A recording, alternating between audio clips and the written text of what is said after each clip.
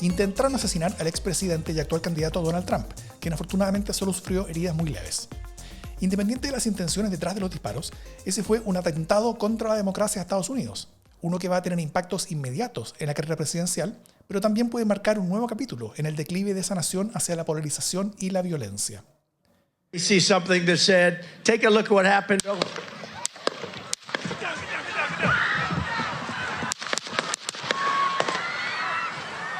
Lo que sabemos a la hora de esta grabación es que el FBI informó que el autor fue abatido e identificado.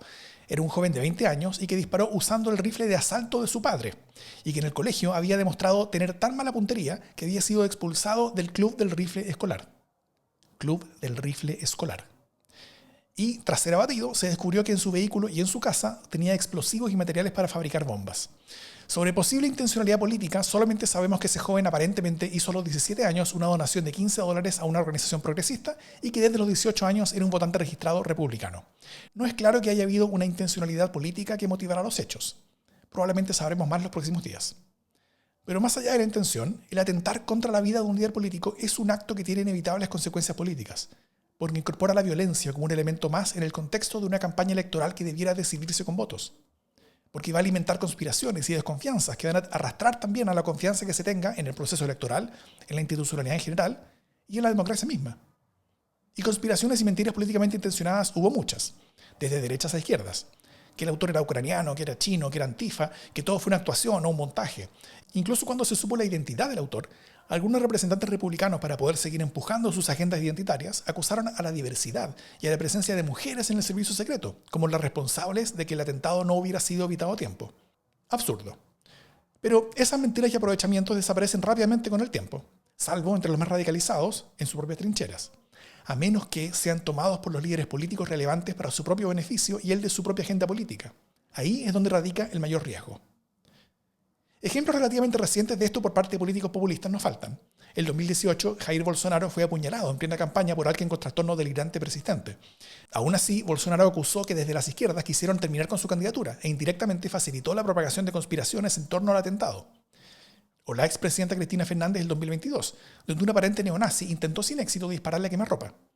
Nunca hubo pruebas de conexiones con grupos políticos organizados, pero aún así Fernández y su mundo acusaron al conservadurismo completo de complicidad, asegurando que se había roto el acuerdo social que había desde 1983, y aumentando el relato sobre persecución mediática y política en su contra, en medio de sus varios juicios por corrupción.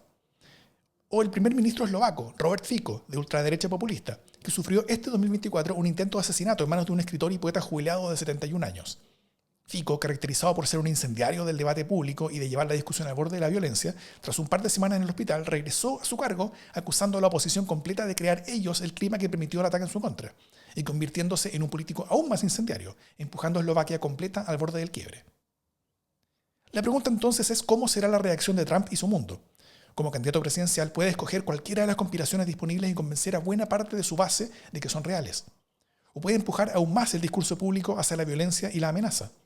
O puede acusar a Biden y su gobierno de intentar asesinarlo, llevando a su país al borde del conflicto.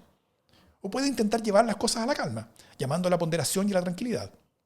Si bien Trump se ha caracterizado por ser un líder incendiario que nunca ha dejado pasar una oportunidad para aumentar su propio poder, podemos soñar, nada es imposible. Su respuesta la conoceremos durante la convención republicana, donde será oficialmente nominado por su partido como candidato presidencial. Será entre el lunes 15 y el jueves 18 de julio. Y todo esto ocurre en un contexto de profunda polarización en Estados Unidos, donde cada mundo político cree que el otro quiere destruirlo. Primero políticamente, luego algunos físicamente. Los mundos casi no conversan, hay desconfianza mutua, se conocen cada vez menos, incluso los matrimonios entre conservadores y liberales son cada vez menos usuales. Eventos como intentos de asesinatos, que parecen demostrar que esa intención de destrucción física es real, consolidan estos escenarios de polarización e impulsan no solamente el voto, sino también a la acción. El atacar físicamente a los rivales puede terminar siendo entendido por algunos como un acto de supervivencia. Si esta sensación es aislada, podemos ver ataques violentos aislados. Si es una sensación generalizada, el conflicto puede ser mucho mayor. Por eso la respuesta de Trump y de los líderes políticos en general va a determinar no solamente el ánimo inmediato de la ciudadanía, sino cómo y cuánto se profundizarán estas divisiones y el potencial para la violencia. Sobre la campaña, el tiroteo hizo que Biden suspendiera la suya, al menos por algunos días.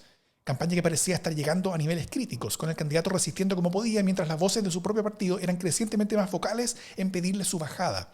sobre todo empujados por la dramática realidad de las encuestas post-debate, las que demostraron un aumento de la ventaja de Trump que, si bien sería teóricamente remontable, ya no existe confianza de que Biden sea capaz de comunicar y de hacer la campaña lo suficientemente bien como para remontarla. Y esto también está afectando a las posibilidades demócratas de mantener el Senado y de recuperar la Casa de Representantes. Cada vez más candidatos en peligro se estaban sumando a la presión por el cambio de la candidatura presidencial. Pero toda esta discusión probablemente también se suspendió en el corto plazo, junto a la campaña. El problema es que los demócratas solamente tienen el corto plazo para tomar decisiones. Cada día falta menos para su propia convención, que parte el 19 de agosto. Sobre el impacto de la campaña de Trump, históricamente, los políticos que sufren atentados en su contra reciben un impulso en las encuestas. No menor, pero tampoco de muy largo plazo. El último caso similar fue el del presidente Ronald Reagan, que subió 8 puntos de aprobación a las encuestas tras el intento de asesinato en su contra de 1981. Pero en 3 meses esa subida había desaparecido. A esta altura faltan 4 meses para la elección. Finalmente, poco antes del atentado, The Atlantic publicó un reportaje sobre la campaña de Trump, con bastante acceso a sus principales responsables. Ahí describieron la gran confianza que tenían de ganar, basándose en una campaña que no se trataba sobre ideas, ni políticas, ni propuestas, sino sobre la base de la imagen primal e instintiva de la fuerza de Trump en contraste con la debilidad de Biden. Esa teoría de la victoria para Trump tuvo un enorme impulso tras el atentado, donde el candidato, a punta de adrenalina del momento, despertó su sentido del espectáculo y, sumado al enorme talento de un fotógrafo de la Associated Press, ofreció una especie de Caravaggio de poder y resistencia a través de una increíble imagen que quedará para la historia. Y si se compara con la imagen que quedó sobre Biden después del debate, el contraste entre fuerza y debilidad no puede ser más claro. La campaña no ha terminado, nada está escrito en piedra. 4 meses en política son una eternidad. Pero mientras parecen haber aumentado al máximo las razones para cambiar a Biden como candidato, el tiempo se está acabando para hacerlo, y el protagonismo que ahora tendrá Trump y su convención, donde va a entrar como si fuera una especie de segunda avenida, parecen haber quitado parte de la presión para el cambio. Y aún más importante que la elección es la paz en Estados Unidos. Y ella depende ahora, en buena medida, de cómo Trump movilice a sus seguidores después del atentado que sufrió. Su primer instinto, tras levantarse de ese podio, fue gritar con puño en alto: "Fight, fight, peleen". Esperemos que cambie de idea en los próximos días.